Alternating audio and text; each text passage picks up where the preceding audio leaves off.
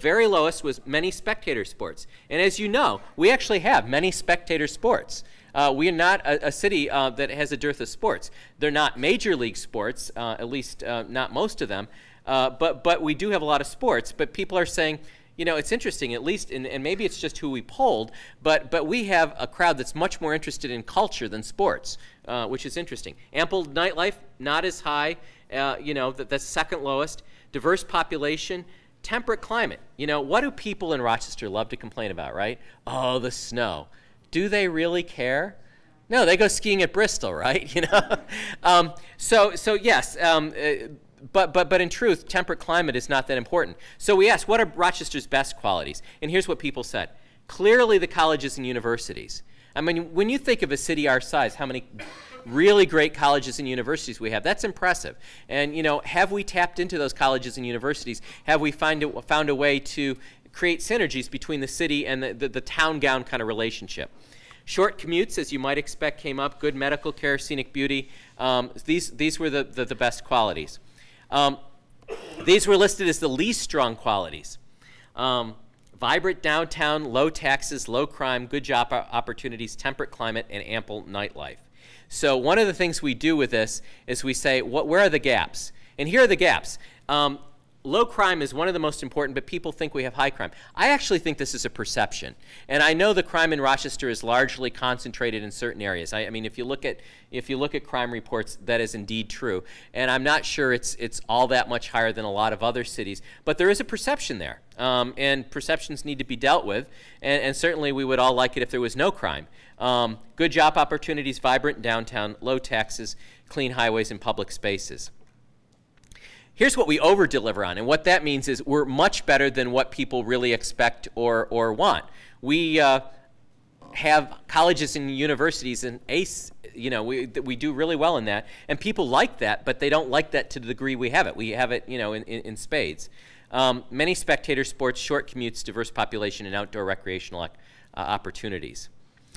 So one of the things I asked just for fun is different ways to talk about Rochester. And you know, this isn't as much a slogan or a tagline as it really is, if we talk about the city this way, how compelling is it? And really, there's three things I look at in branding. One is how unique is it, how compelling is it, and how believable is it? I think the most important of the three is how compelling. And I think once it's the most compelling, then you say, is it believable, or can you create proof points to make it believable? And then is it unique? And so what you see here are a number of things that we threw out. The place more scientists and engineers call home, renewable energy capital, imaging capital, and so on. But I've got a summary of these, so I'm just going through these. So for instance, you can see when you're ready to settle down, on believable, that got the highest score. 72% of the people said, yeah, that's Rochester. When you're ready to settle down, it's a great place to raise a family. Which, by the way, I have to say, this data validates the campaign that's currently going on. I mean, made for living to a very large degree, that's what it's about. It's a very livable place, and it's a place that you would like to settle down with a family. Now the problem with that one is, if you look at the uniqueness, it's not that unique. It's like motherhood and apple pie. Everybody says they're livable, and you know, so what does that mean? But so you can see how these differ.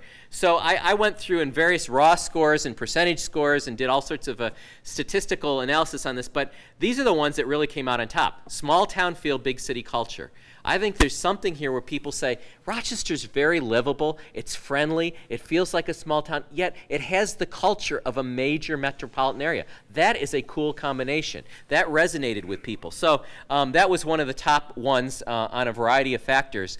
And just perfect for families, which I think very much goes along with our current campaign, also showed up very strongly. Where everything is only 20 minutes away, was very believable. And some of these codes, UCB means unique, compelling, believable, and those were raw scores. So most people, they're kind of my own scores. But you can see these all did well. This is an intriguing one. It wasn't as compelling for the whole population, but for the professional population, it actually showed up very high for unique and compelling, and it was the most compelling. But we don't have the proof points on it. It's not believable now. We don't have all the points there. But people are saying that's a pretty interesting thing. Music City, people thought was very compelling. Don't know if it's believable when you compare it to New York or Boston or something like that, but people said, you know, it's very compelling. New York's North Coast, you've heard North Coast Radio and you've heard that phrase, but it had the second highest combined score for unique and compelling. And then we go down the list, and some of these are less compelling, but have some. So I just put this out here really as fodder to give you an idea of how people reacted. In summary, in summary, I took this both from the quantitative. This was the quantitative, but there were a lot of open-ended questions or verbatim, and I went through that. And here's what people really said about Rochester. If I were to summarize what they said Rochester is a diverse, culturally rich, and progressive middle-sized or medium-sized city with numerous colleges and universities and a well-educated population. Sounds pretty good, doesn't it? I mean, that's a pretty good place to be. Has high quality of life, short commutes, and affordable housing. Wow, that's really cool. It's a perfect place to raise a family. You're saying, okay, when are you going to get to the negative stuff? You sound like an optimist. It offers urban amenities, but it's close to rural scenic beauty. A lot of people said this, and in the verbatims, they talked a lot about the day trips. When you think about it, Chautauqua, Niagara-on-the-Lake, Thousand Islands, the Adirondacks. I mean, there are so many. Even the Rock and Roll Hall of Fame in Cleveland, that's not that far away. So when you think about it, there's lots of things to do for a day or for a weekend. So people mention that. A lot of people said they like the seasons. They like the fact that we have beautiful summers and the falls are nice. And some people even like the winters and said they do things during the winter. But here are the primary problems. Very high taxes, lack of job opportunities, and the perception of high crime rates. And here's my take on all of this. Having read through all of this, people love Rochester. They would love to stay in Rochester. They'd love to move back to Rochester. They're just saying, gee, we would love jobs comparable to the education we got here in both secondary schools, post-secondary schools, and so on and so forth. And I think, to a large degree, my personal opinion, having lived in a lot of places, is it's due to the state tax structure, and it's really a state issue. But that's my 2 cents, and I'd open it up to anybody on the panel to refute anything that's been said. But so I think, you know, we've got some tax issues that for manufacturing companies and a lot of the companies that we've had in Rochester are tough, not only vis-a-vis China, but even vis-a-vis other states that have much lower taxes. So that's a tough nut to crack. But the good news is that the basics of Rochester are very strong. People like Rochester. They like being in Rochester. And so that's the survey results. That's what people said. Does this ring true? I mean, generally? Okay.